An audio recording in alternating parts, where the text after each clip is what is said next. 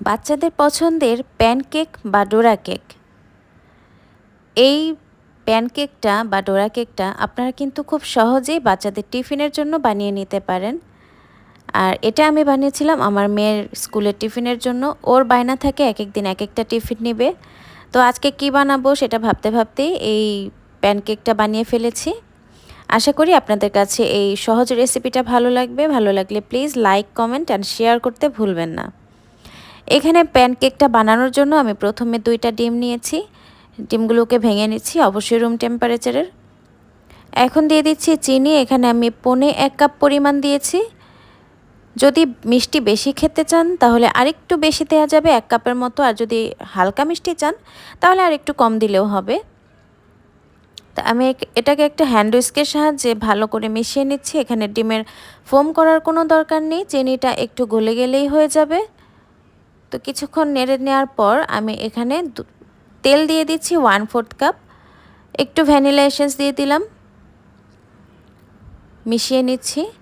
মিশিয়ে নেওয়ার পর আবার এখানে আমি দিয়ে দিব লিকুইড দুধ। এখানে হচ্ছে 1.5 কাপ পরিমাণ দেয়া হলো। দুধটাকে দিয়েও ভালো করে ডিমের মিশ্রণের সাথে মিশিয়ে নিচ্ছি। এখন ইউজ করব শুকনো উপকরণ। এখানে আমরা টোটাল 2 কাপ পরিমাণ ময়দা দিব। প্রথমে আমি 1 কাপ পরিমাণ ময়দা, বেকিং পাউডার আর লবণ দিয়ে একটু চেলে নিচ্ছি।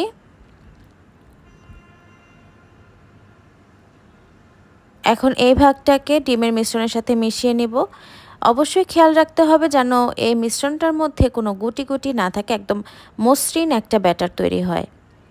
এখন বাকি যে মিশ্রণটা ছিল, বাকি যে 1 কাপ ময়দা ছিল সেটাও দিয়ে দিলাম। ভালো করে মসৃণ করে মিশিয়ে নিচ্ছি। আমাদের ব্যাটার এখন তৈরি। এখন এটাকে আমরা প্যানকেক যেহেতু প্যানে বানাতে হবে, এখানে আমি চুলায় ফ্রাই প্যান বসিয়ে ব্রাশ দিয়ে হালকা একটু তেল ব্রাশ করে দিলাম।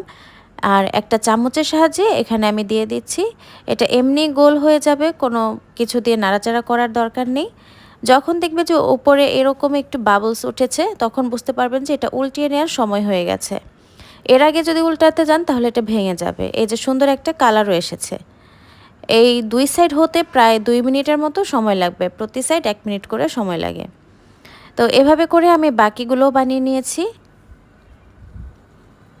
প্রতিটা প্যানকেকের কালারই খুব সুন্দর হয়েছে আর দারুণ একটা ঘ্রাণ বের হয়েছে।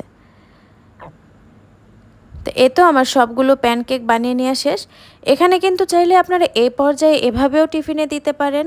এভাবে কিন্তু শুধুও খাওয়া যায়, এভাবেও ভালো লাগে। তো যেহেতু আমার মেয়ে চাচ্ছিল ডোরা কেক চকলেট দিয়ে, তো এখানে আমি একটু গানাশ বানিয়ে নিয়েছি মিল্ক চকলেট দিয়ে, এটা ডার্ক চকলেট না।